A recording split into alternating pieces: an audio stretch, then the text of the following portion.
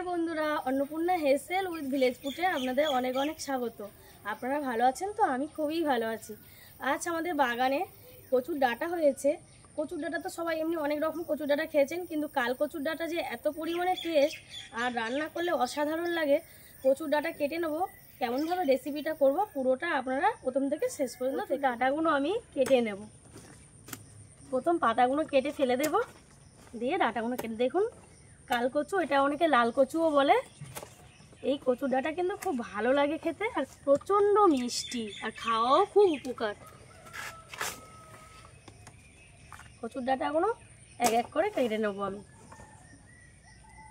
তোরা এই ডাঁটাগুলো তো কেটে নিয়েছি, কিন্তু এই অল্প ডাঁটাতে তো হবে না, ডাঁটা তো অল্প একটু হয়ে যায় রান্না করলে। বাড়িতেও আরও ডাঁটা কাটা আছে, বাড়ির লোক তো অনেক, তাই এইটুকুনি ডাঁটাতে হবে না। সেই ডাঁটার সঙ্গে মিলিয়ে আমি রান্নাটা করবো। কচুর ডাঁটাগুলো তো তোলাই হয়ে গেল, আপনারা দেখলেন। এবারে আমি ডাঁটাগুলো কেটে নেব। অনেকে কিন্তু এই ডাঁটা পুরো আঁশ ছাড়িয়ে দেয়।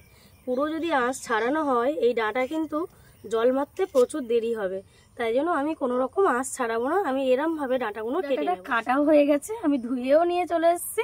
দেখুন কত সুন্দর পুরো ফ্রেশ করে ধুয়ে নিয়েছি। আর আমি তো বললাম আঁশ তেমন ছাড়াবো না।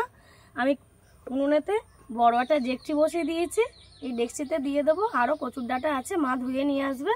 অল্প একসঙ্গে তো মানে ভাপাতে হবে, তাই এই বড় ডেকচি না হলে ভাপানো যাবে না। কচুর ডাঁটাগুলো আমি দিয়ে দেবো।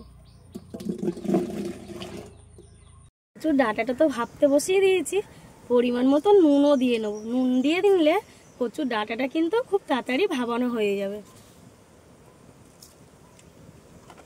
এক খরা ডাঁটা থেকে এক ঝোড়া, ছোটো ঝোড়ার এক ঝোড়া ডাঁটাতে চলে এসছে কমে। আমি জলটা এরমভাবে চিপকে চিপকে নেব, যাতে জলটা ঝরে যায়। খন্তি দিয়ে হোক, আর আপনারা বাটি হোক, ডাবু হোক, যা হোক দিয়ে এরম চিপলে জলটা বেরিয়ে যাবে। দেখুন কতটা করে প্রচুর পরিমাণে জল উঠছে। দেখুন বন্ধুরা, আমি কচুর ডাঁটাটা রান্না করার জন্য মশলা নিয়েছি। আদা নিয়েছি এক টুকরো, জিরে আর রাঁধুনি। রাঁধুনিটা কিন্তু কচুর ডাঁটার মেন উপকরণ। এই রাঁধুনিটা না দিলে কিন্তু কচুর ডাঁটা একদম টেস্টও হবে না, খেতে একটুও ভালো লাগবে না। তাহলে এই তিনটে পদ আমি বেটে নেব শিলনোড়াতে ভালোভাবে।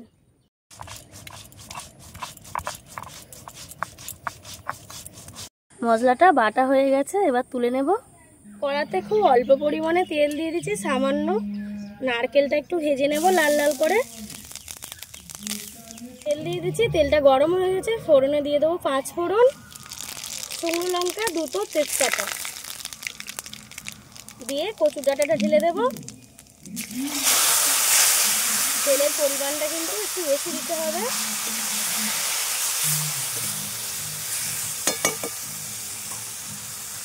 বন্ধুরা দেখুন কতটা পরিমাণে জল উঠেছে, তারপরেও মশলার উপরে দেওয়ার পরেও জল উঠে যাচ্ছে।